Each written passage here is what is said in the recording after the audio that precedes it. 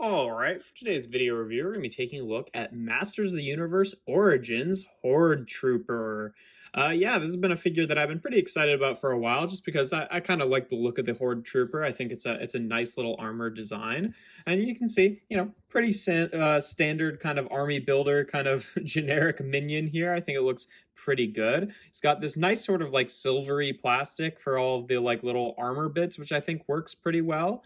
He comes with this staff here, which has this little gargoyle slash dragon kind of sculpted on the end of it. It's it's fine. It's a little bit short for a staff. Like, it's kind of just like he's holding a stick. And the other thing is, like, he really doesn't hold it especially well. Like, if you rotated his hand in a certain way so that this is kind of sideways, he holds it okay, but it is not difficult to knock it out of his hand. I do wish that he had a little bit more of like a closed grip on his fingers there, because they don't even like really complete like the full sort of like, majority of the circle there. It's just kind of like a half circle, so it's easy for it to kind of drop its staff, unfortunately. But yeah, whatever. In terms of articulation, obviously pretty standard Origin stuff. His head is on that double ball joint section, and just because of the shape of it and like the little sort of like collar he's got here, it's a pretty expressive. Like, you get a pretty good range of movement there. And then rotation, obviously. The shoulders can go out to the side about that much, and then can rotate up, but they kind of bump into the armor section. So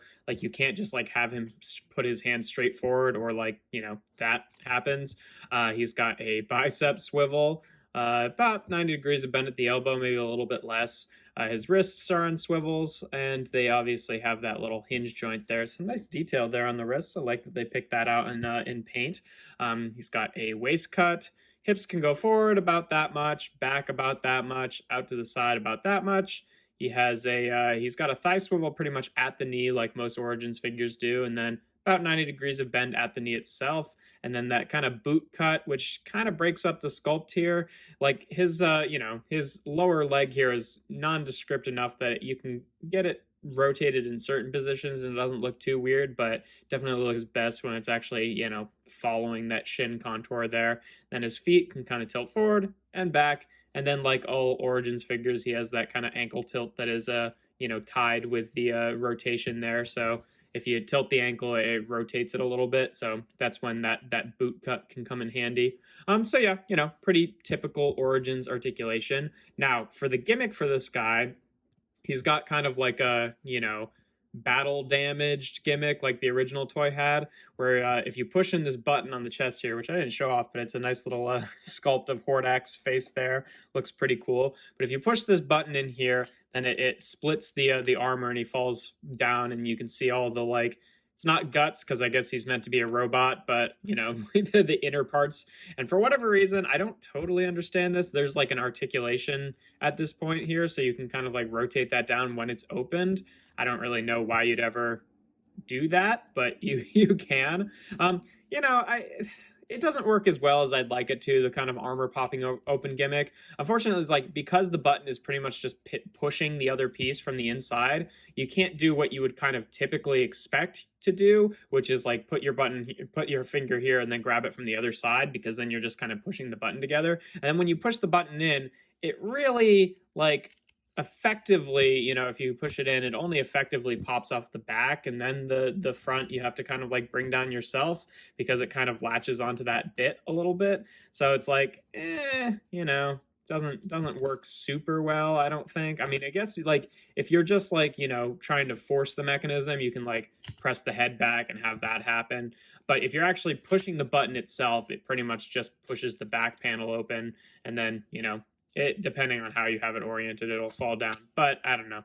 I sort of wish that there was just more of like a release there, to make the whole thing kind of pop down, rather than just like pushing the back open. But I don't know. That might be very similar to how it worked on the original toy. I'm not sure, but I definitely was kind of excited about that gimmick, and found myself a little bit disappointed by it. But that's okay, because I still think he looks pretty cool.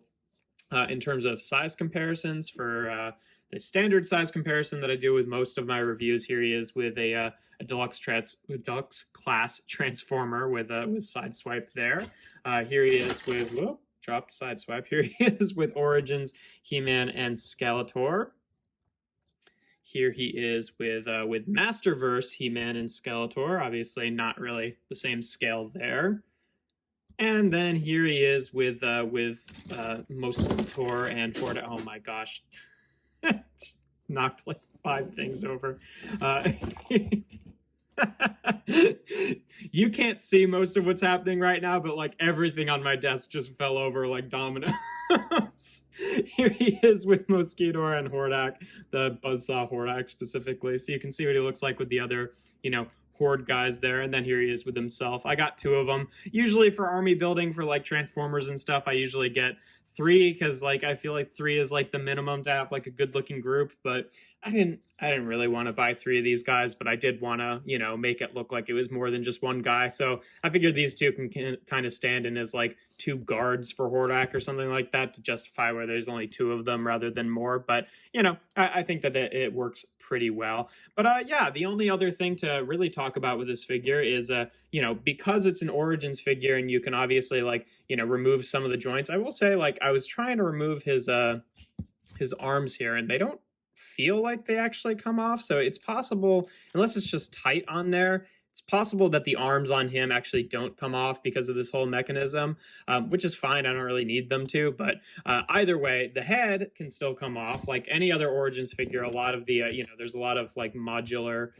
you know, removable parts so that you can put different things on different, you know, bodies and make different characters. But with him, what's kind of fun is because it's essentially like just a big suit of armor, you can do things like, you know, remove He-Man's head and put his head on the body, and it really just makes it look like he's, you know, wearing the armor rather than, you know, like just having his head on someone else's body. And then you can even like tuck the helmet under his arm here and then have it look like that, so he's like disguised as one of the Horde Troopers or something like that. I think that's a pretty cool vibe there, and definitely I think works a little bit better for me than a lot of the you know, like putting heads on other characters' bodies. Like, unless you're doing some customization stuff, I don't usually get a ton of play out of that, just because I like them for the characters that they're actually supposed to be rather than, you know, mixing and matching. But I mean, it's a cool feature either way. I just mean with him, it actually seems like it has much more of like a practical use, since, you know, the character is already just kind of a nondescript set of armor. So putting another character's head on there makes it look like they were just wearing the armor. I don't know. I think it's pretty cool. But either way, that's pretty much all there is to the Horde Trooper. Nothing overly complicated, pretty much just a standard Origins figure. I mean, the gimmick is fine, but it's not like the most exciting gimmick in the world, and I don't think it functions like super duper well as compared to some of the other gimmicks in the line. But either way, I think it's just a nice looking figure regardless. But yeah, that's pretty much all there is to it. If you enjoy my videos, make sure to leave a like and consider subscribing. I do reviews every Tuesday, Thursday, and Sunday. And without further ado, here we have Masters of the Universe Origins Horde Trooper.